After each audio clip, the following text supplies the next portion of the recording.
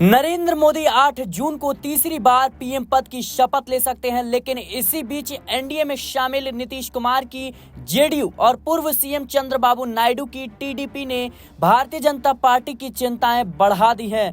बता दें कि एनडीए गठबंधन के तहत नीतीश कुमार ने बड़ी मांग कर दी है, जिसको लेकर भारतीय जनता पार्टी अब मुश्किल में पड़ती हुई नजर आ रही है। बता दें कि भारतीय जनता पार्टी को साल 2014 के बाद पहली बार लोकसभा में बहुमत नहीं मिला है और ऐसे में सरकार बनाने के लिए बीजेपी की निर्भरता राष्ट्रीय जनतांत्रिक गठबंधन यानी एनडीए में शामिल दलों पर आ गया है। एनडीए में शामिल विभिन्न पार्टियों ने यह साफ कर दिया है कि वो नरेंद्र मोदी के साथ है, लेकिन इसी बीच एनडीए में शामिल बिहार के मुख्यमंत्री नीतीश कुमार की जनता दल यूनाइटेड और पूर्व सीएम चंद्रबाबू नायडू की तेलुगु देशम पार्टी यानी टीडीपी ने भारतीय जनता पार्टी को मुश्किलों में डाल दिया है। जेडीयू ने कहा है कि अग्निवीर योजना को लेकर फिर से सोचने की जरूरत है। समान नागरिक संहिता यानी यूसीसी पर सभी राज्यों से बात करनी चाहिए। वहीं टीडीपी केंद्र में कई अहम मंत्रालय मांग कर रहा है। जेडीयू के वरिष्ठ नेता केसी त्यागी ने आज तक से बातचीत में कहा कि अग्निवीर योजना को लेकर बहुत विरोध हुआ।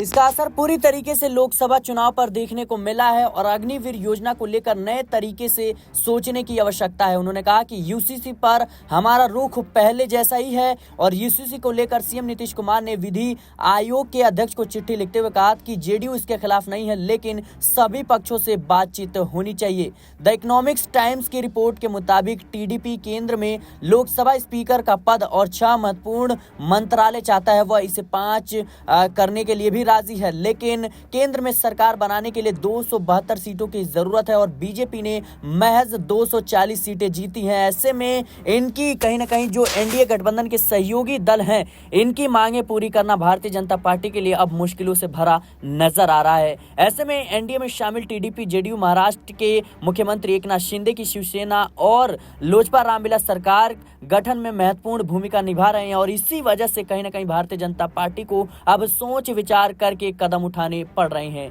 टीडीपी जेडीयू शिंदे नीत शिवसेना और लोजपा रामविलास ने क्रमशः 16, 12, 7 और 5 लोकसभा सीटें जीती हैं। फिलहाल के लिए इस रिपोर्ट में इतना ही। देश और दुनिया की तमाम खबरों के लिए बने रहे नेक्स्ट पॉलिटिकल बाइट के साथ।